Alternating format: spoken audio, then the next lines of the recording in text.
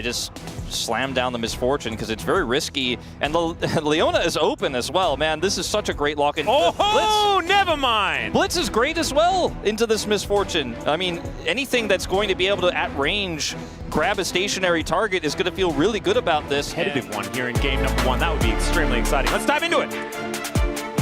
With a Poppy there and not something like a Lux, you obviously don't need to worry too much about just getting poked into oblivion. As level 2 has been found. Heroic Charge, no stun here from Keria, as now Lehans finds the hook. Onto Keria, gets the knock-up, but now he's taken so much damage. Smashed, one more auto will do it, and he flashes forward to pick it up. That's first blood in this bottom lane, as the flash from Jiu is so weird alongside that Heroic Charge. One more auto would do it, but it's not gonna be there, and it's a double in the bottom lane for T1. Okay, oh, so man. This is how it's gonna go. That's it. 잡았다. And it was nicely done. That was a weird interaction with the flash Heroic Charge from Keria. Absolutely fine moving later into the game. Azir needs no introduction whatsoever. As, oh wow, Nerves of Steel there from Fisher. As he teleports on top of Faker as well. Of course, this is Turtle Port, so Faker has got plenty of time to clear out the wave. Yeah, I think if it was old teleport, maybe you try to get a double Q on him there. Weird bottom side fight. Let's see if they can quickly try to use this prio to grab Dragon and then turn to the grubs, because if you end up losing a lot of control early, it's going to be a disaster, and Gideon's in trouble. Owner's going in, but Keria taking a fair bit of damage as well. Steadfast Presence as he misses the Mystic Shot there. Does Jiwoo, and Lehen's going to pay the price for it. Smash grabs yet another kill as Arcane Shift gets Jiu out of there, but Tri-Brush not going to be warded, and therefore no more shots going to land. Nongshim not finding wins really anywhere. This bottom lane is not somewhere that he wants to exist, and I believe he agrees. Kingen now looking for a bit of an angle as Keria moving on up. Doran moving in as well as another Heroic Charge. Kingen trying to get himself out of there as the Crescent Guard is now on cooldown. Faker very low though, cannot join this fight as the hook is going to connect. Can they actually CC this Xin Zhao enough? That's the question. Gideon diving on top of him, flashes forward. Owner is healing though, and is going to survive. Good shield there as Kingen comes in to protect his jungler. And now Doran should be able to just finish off Fisher. If that hook had landed, Fisher able to flash his way out, but now Kingen's the one that eventually will pay the price. Oh man, Nongshim committing so heavily to this one. Len should be able to get the execute here at the end of the day, but ultimately still another kill over to T1. They will be able to secure 2 out of 3 grubs at the end of the day. Fisher also losing his flash. Only Jiu with his flash left remaining here across the side of Nongshim. As Keria looking for a buckler and won't find it, but oof, that was a bit of a messy one. I would say so too. Keria going to take the quick way out. Situation for Nongshim now, just no real control. Kingen is just like, let's see how good Cassante is. I have no flash. Yeah. Does have his ultimate back off cooldown, but let's see what he can actually get done here as the Steadfast Presence gets him into the wall. There's the bullet time, and he's dead. It's just systematic here by T1, and the cross-map Doran is like, well, I'm just not going to take a chance. I'm just going to walk away. This is almost a go next type situation here as far as Nongshim are concerned. Doran just looking to hold onto the wave, and Lehens can't really seem to hit a hook on his former top laner. And looks like Doran, he can land a few shock blasts. Lehen's going to have to back himself out of the way. So Feats of Strength now going over to T1 with that first brick falling down on the bottom side. And like maybe in the bottom 2v2, her damage was big as Doran. All right, there's cease and desist. Let's see whether they can actually get the kill. They pull him back, but now it's Keria to remove Gideon from the equation. Still, Doran does go down. Faker teleporting in. I don't know about that one because he's trying to get himself out. A little bit weird as far as how the Observer PC managed to figure that one out, but Faker not able to get him far enough with the shifting sands. Here, when you're just locking somebody down and you just press R, it's pretty good. Yeah. Well, we're going to have a look at it happening one more time. Let's see whether the Cassante shenanigans can actually bring Kingen out of this one. The all-out just not going to be invested, so he's just going to die. And even if he's there, they still have damage. Fisher's in trouble. Yep, he's going to get thrown away from his turret. Does manage to bounce towards the other side of his wall after getting bounced off Faker's wall. Now, he probably wishes he did it the other way. Yeah. Well, there's a Heroic Charge onto Jude. If it doesn't get the stun, then the bullet time doesn't get a whole lot of value. As we get a bit of a zoom in, Jonas Strong also thought Lehens might go for something, but as it turns out, he did not. And because Keria can channel the ultimate, that's all you really need to worry about. That can protect their escape very comfortably. And in the meantime, Faker also taking another inner turret. There's only one inner turret left And that's a Rift Herald as well. Yeah, I mean, T1 are just farming Nongshim right now. Like, yeah. everything that's red belongs to me. Everything the light touches is T1's kingdom, and with all the wards they have all over the map, the light touches everything, as it turns out. And Jiu has his second item, but he doesn't have stacks. Gideon just completely isolated now. And yeah, Smash able to hit him mid-Vault Breaker with a bullet. That's kind of my theory. Oh! All right, there's a pick onto Carrier. Isn't going to work out, but they are at least able to get this kill back with a lone ward here. The one place the light didn't touch. Yeah. Lahen's also playing that quite nicely as well, as far as this Blitzcrank is concerned. Quite a few of those hooks have gone a little bit wide. And Faker is 2 item Azir. He kind of likes to just hit objectives and do a lot of damage to them. And it's a little bit later than on 20, but about 2015. Yep, and we're also standing on some vision here on Nongshim's side. Let's see whether they can get some sort of steal happening, as there is the flash forward. Gideon steals it, and now they get a free ticket home. Can they grab themselves some kills as well? That's the question. As 200 gold going over to Owner, as they are just kind of farming these Otacon buffs. Still, it's not as bad as dying, but it could have been better. Still, that is a whole bunch of shutdown money going over to Jiu, so that is great for Nongshim. Yeah, and this is a lot of what I would assume many people thought about when they were considering this, because Nongshim have had some really creative draft ideas. I'm going to have to hold that thought, because we might have a fight breaking out. Nongshim all grouped as 5. Carrier with that Keeper's Verdict can really make things tough, as Doran on a flank angle. Fisher over the wall there as well. Cease and desist to get on top of him. And Doran's just being thrown around this fight like a ragdoll. Fisher is now found by Carrier, who does just evict Jiu. Empress Divide goes wide, though, is now Kingen trying to stay alive, but he's still at Otacon buff for another 20 seconds, so that's kind of cute. That's going to be Owner taking away the Dragon. Flash out from Faker avoids the hook as Jiu makes his way back into the fight. Coming. It's a 1-for-1 so far, but like you say, Kingen making his way back into the battle might mean that T1 aren't exactly getting out scot-free. True Shot Barrage does sail by and does nothing at all. And it looks like T1 will be safe for now with the Drake in hand.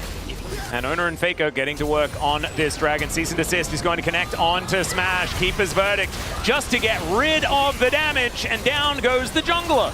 And that will mean Baron is available if T1 would like to take it, as now Kingen being discovered by Owner is exactly what Nongshim do not want.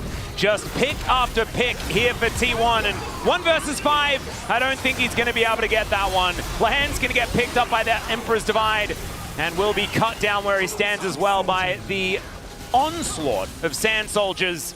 And T1, I don't know whether they even necessarily need to take the Baron. They might just do it because they feel like it, but I think also pushing into the enemy base might be a way to win. Yeah, well, it looks like Fisher's flash isn't going to be enough to get him out of here. And To the Skies was both a request and the name of the ability. Yes, we'll just end the game here for T1. Faker does have teleport as well, so he can just TP to mid, and that's exactly what he's going to do. He's looking for the second inhibitor here. They can start to collapse in with these Baron buffed cannon minions to say goodnight. Well, there's finally a hook connecting onto Doran. Nice work, Lahens. We got there, even though it is a yeah, little... T1 decide not to opt for the end. Interestingly, now they're in an awkward spot here. Well, Lahens is also in an awkward spot. When becomes lightning, doesn't actually amount to too much. As Kingen, stopped by the Steadfast Presence, Jiu needs to offer some damage back to at least deter them. The flash forward to miss the Q is not exactly what you want.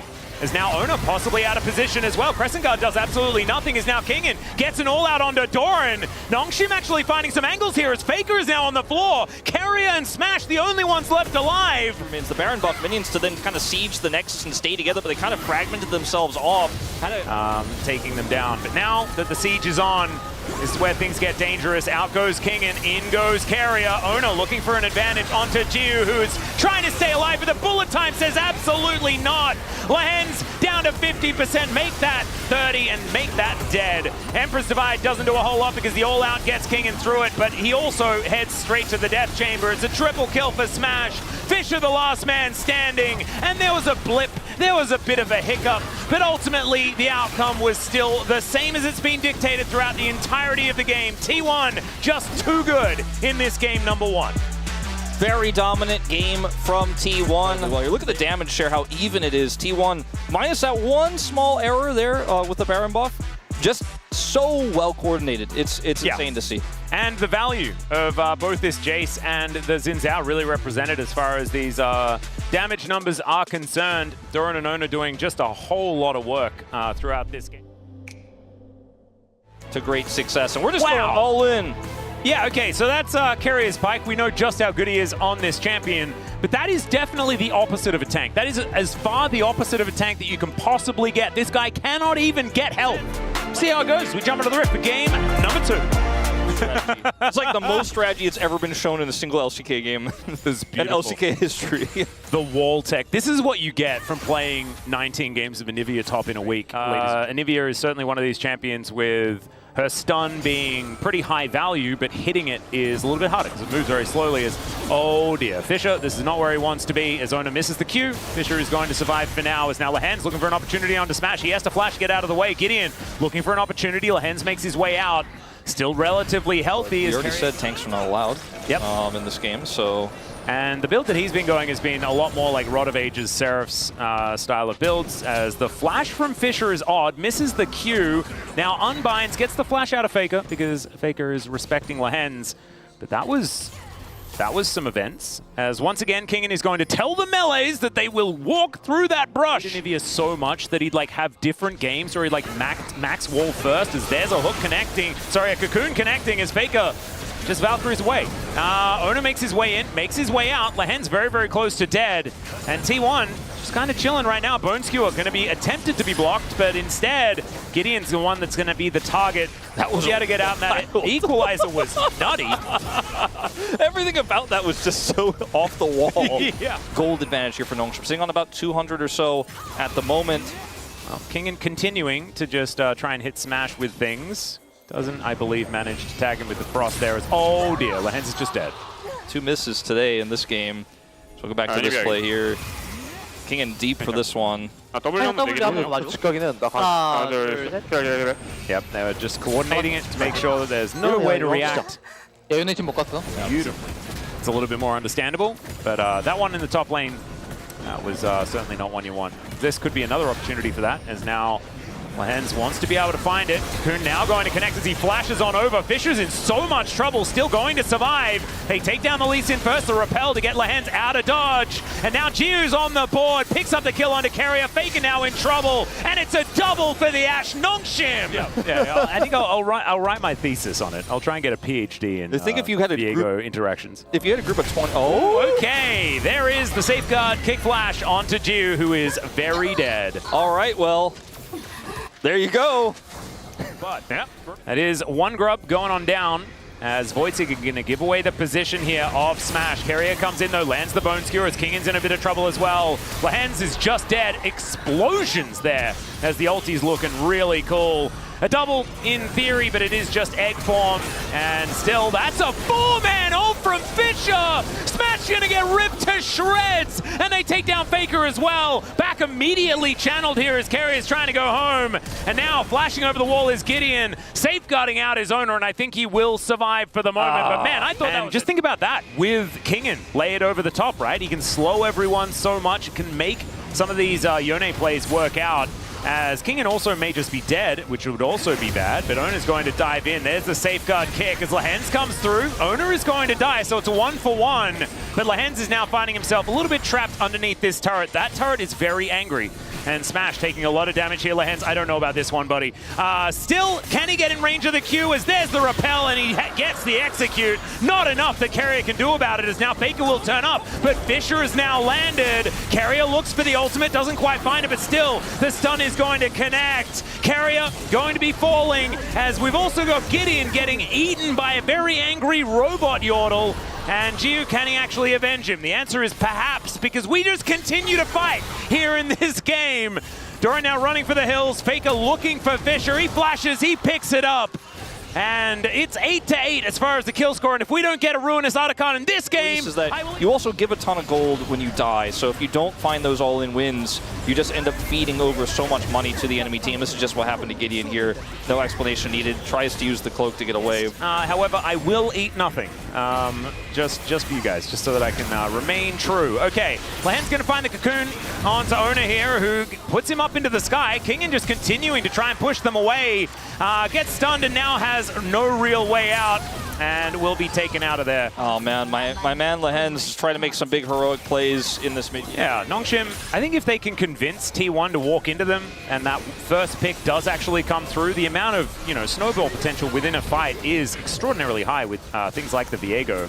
And let's see whether Jiu knows it, and he does. As Bone Skewer still going to connect, and Jiu just going to be able to find the hook, so it's a 1-for-1 in the end. Let's see whether Gideon can make it a 2-for-1, but the Bone Skewer not quite as good coming from the Viego, and he gets himself out. You have an alive one farming. Faker grabs the second item, is about to transform as we do have a TP. Yeah, Fisher a little bit mistimed as far as that knock-up was concerned.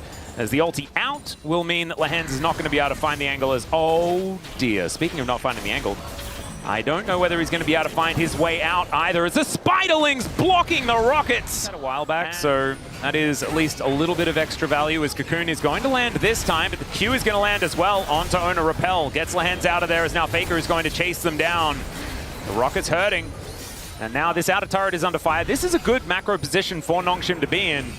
Can T1 actually fight their way back into some control around this river as Gideon pushing forward? Arrow going to connect there onto Owner. The double stun, the layering CC, but he gets himself out with the safeguard, and now Gideon is burning down. Faker, Valkyries to reposition, and now it smashes Killer Instinct. He didn't even need a button with that name on it. He already just had that, but it is working out for them. Carrier looking for another Bone Skewer, but honestly, the damage has been done. 3 on the floor for Nongshim, and maybe even more as the ulti gets Fisher out, but Kingen, he doesn't have one of those. Burning, but now he's just going to have to flap his way out. And this outer turret, sorry, not long for the world as T1 just look to take down the stragglers.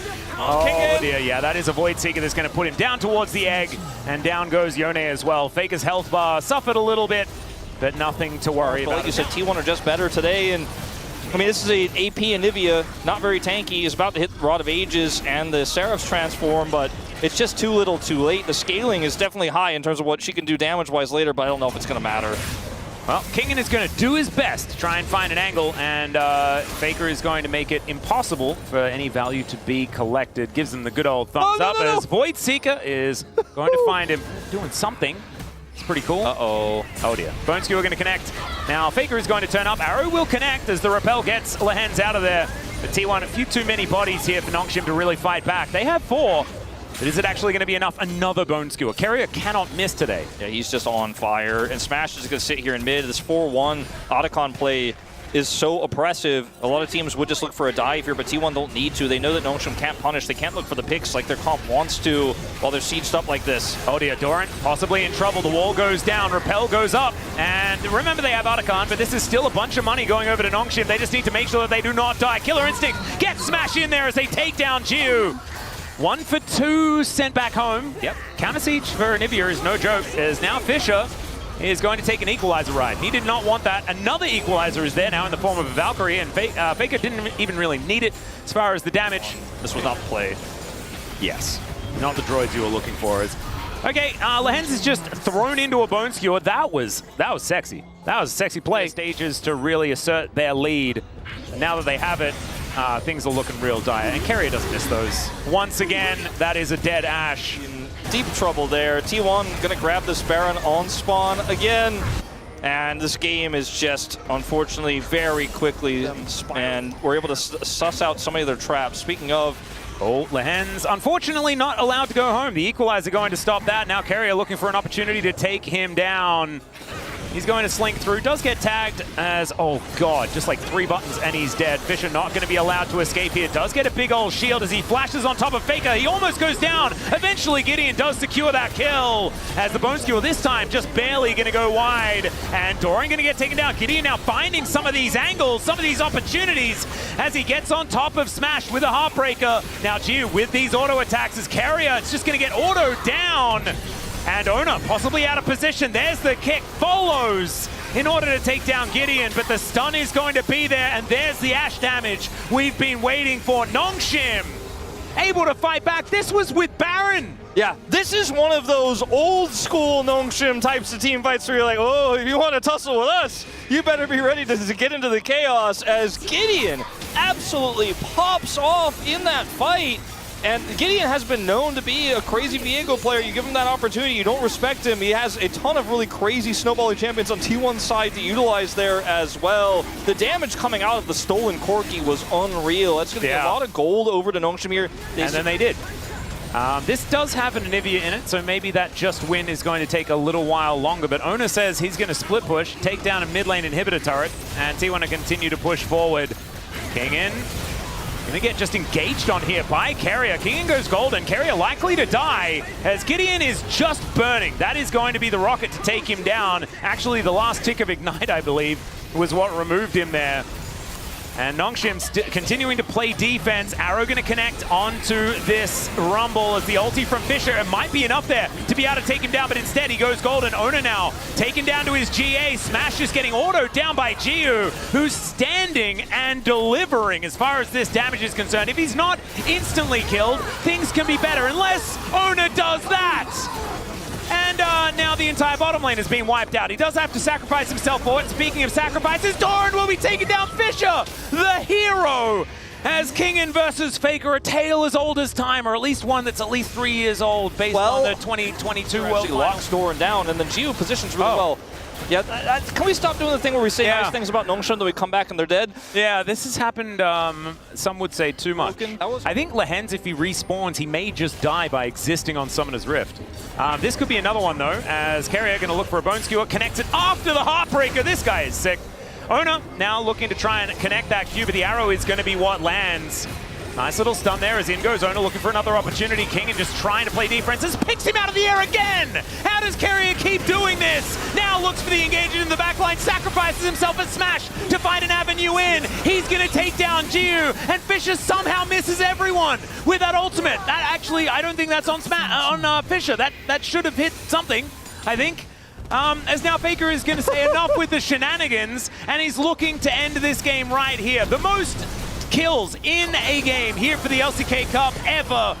And Fisher is still going to try and get more, at least give more, as 2 go down before Smash is given some time with this Nexus. Doran also going to be able to clear out the kill onto King and gets the ace, and this is going to be the 2-0 for T1. Welcome to the playoffs of the LCK Cup. You'll be up against either DRX or Humble Life Esports, depending on who wins the next best of 3. But T1 right now looking like the team to beat this time around. But Faker doing a ton of damage, had a pretty great performance on the Corki himself. Another win for the Corki. Maybe the Corki loss streak was overrated. As we move into more important matches here in the LCK, it's doing better and better. They can take down their opposition before the playoffs. Is this the most no-brainer POM vote of all time? Carrier having an absolute day out today. I voted for Owner. I thought Owner was more consistent across 2 games, but thank you very much, guys. This is Dear for the POM interview translation, joined by Carrier on the side of T1. Congratulations! Thank you. Congratulations on advancing to the playoffs. This is your first POM. How do you feel? First of all, I'm happy that I'm able to win and get POM. And it's great to be able to finish the match with a quick 2-0. Yeah, in game 1, your Poppy skill shots were on point. So how are you so good at hitting these skill shots? I think Poppy, as a champion, doesn't really have that too much detail into hitting skill shots. So as long as you use her skill shots in the right moment, I think that's really all that matters when playing her. And yeah, you have a fellow Otani in your team, Owner. So how did he react? You know, when Poppy was really hot, I was actually not playing her very well, so I think Owner used to blame me on me playing Poppy, so I really tried hard and I grinded and really tried to prove myself this time. And your Pyke made an appearance today in game 2, and he's a champion that can fall off in the late game, so what was your game plan? I've only imagined playing Pyke against Elise, and Elise actually in the early game doesn't really have good movement against Pyke and at least can actually fall off easily in the early game. So I think that's what I tried to capitalize off of. And so we got a chaotic game too, and it was a record-breaking 54 kill game. 저희 팀이 보이스에서 텐션이 올라오는 것 같으면 승기를 좀 잡았다고 So 느끼는 whenever 것 같아요. I feel like when I notice that we're going to actually win the game is when our team spirit is up in the voice comms. So I think that's when I can tell. And congratulations on your 5th debut anniversary. Thank you for the yummy snacks. And you've been a pro for 5 years now. So how has that treated you? 힘든 일도 많고 힘든 일도 You know, throughout 많은데 5 years there were many ups and downs, but in any given moment, given that I had the support of my fans and my teammates, I was able to enjoy my time as a pro. 제가 세웠던 목표보다는 한참 남았다 생각해서 And you know, I think I still have a long way to go in regards to achieving my goals, so 보여드릴 수 있도록 하겠습니다. I think I have a lot more left to show. So would you like to send any message to your fans then? 항상 응원해 주셔서 감사하고 First of all, thank you so much for always cheering for me. 항상 최선을 다해서 열심히 하겠습니다. 근데 이게 You know, I always want to try my best and show you my best. Thank you so much. POM도 진심으로 축하드립니다. 인터뷰 고맙습니다. 감사합니다. That's the end of the interview with Carrie. I'm back to the space. Thank you.